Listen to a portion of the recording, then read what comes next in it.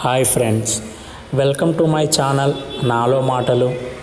ఈరోజు వీడియోలో మనం పిల్లలు మాట వినట్లేదా, దానికి గల కారణాలు మరియు పరిష్కారాల గురించి తెలుసుకుందాం.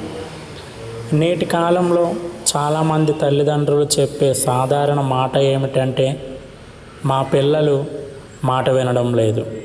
ఇది కేవలం ఒక ఇంటి సమస్య కాదు, చాలా కుటుంబాల్లో కనిపించే పరిస్థితి. అయితే పిల్లలు మాట వినకపోవడానికి గల కారణాలను అర్థం చేసుకుంటే వారితో మంచి సంబంధాన్ని ఏర్పరచుకోపోవడం. మొదటిగా, పిల్లలు పెద్దలను చూసి నేర్చుకుంటారు. మనం ఎలా మాట్లాడుతామో, ఎలా ప్రవర్తిస్తామో వారు గమనిస్తారు. తల్లిదండ్రులు కోపంగా మాట్లాడితే పిల్లలు కూడా అదే విధంగా స్పందించే అవకాశం ఉంటుంది.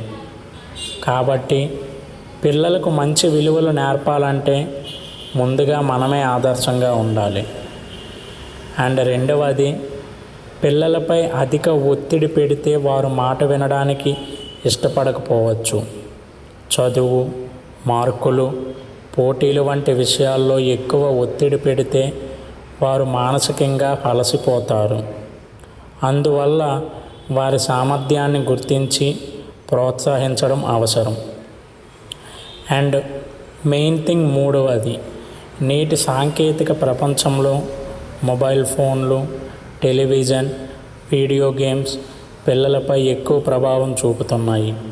వీటి వల్ల కొన్నిసార్లు తల్లిదండ్రుల మాటల కంటే వాటిపైనే ఎక్కువ దృష్టి పెడతారు. కాబట్టి సాంకేతిక పరికరాల వినియోగానికి కొంత పరిమితి ఉండాలి. అలాగే పిల్లల మాటలను కూడా వినడం చాలా ముఖ్యం. చాలాసార్లు పెద్దలు కేవలం ఆదేశాలు మాత్రమే ఇస్తారు, కానీ పిల్లలు ఏమనుకుంటున్నారంటే, వారికి ఏ సమస్యలు ఉన్నాయి అనే విషయాలు తెలుసుకోవడానికి సమయం కేటాయించరు. పిల్లలతో స్నేహపూర్వకంగా మాట్లాడితే వారు మనపై నమ్మకం పెంచుకుంటారు. పిల్లలు మాట విన్నప్పుడు వారిని అభినందించడం కూడా అవసరం. చిన్న విజయానికైనా ప్రశంసిస్తే వారికి ఆత్మవిశ్వాసం పెరుగుతుంది. ఎప్పుడూ తప్పులనే చూపిస్తే వారు నిరుత్సాహానికి గురవుతారు.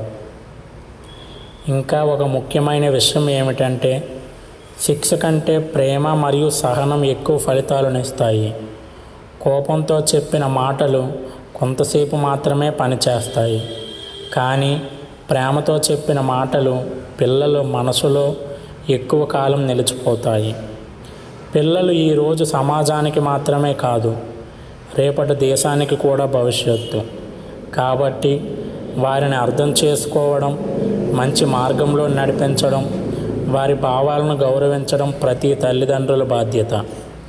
చివరగా, పిల్లలు మాట వినట్లేదు అని బాధపడడానికి బదులుగా పిల్లలు ఎందుకు మాట వినట్లేదు అని ఆలోచిస్తే సరైన పరిష్కారం కనిపిస్తుంది. ప్రేమ, సహనం, మంచి సంభాషణ మరియు ఆదర్శప్రాయమైన ప్రవర్తన ద్వారా పిల్లలను మంచి పౌరులుగా తీర్చిదిద్దవచ్చు. Thank you for watching. మరొక మంచి టాపిక్, మరొక మంచి వీడియోతో మళ్ళీ కలుసుకుందాం.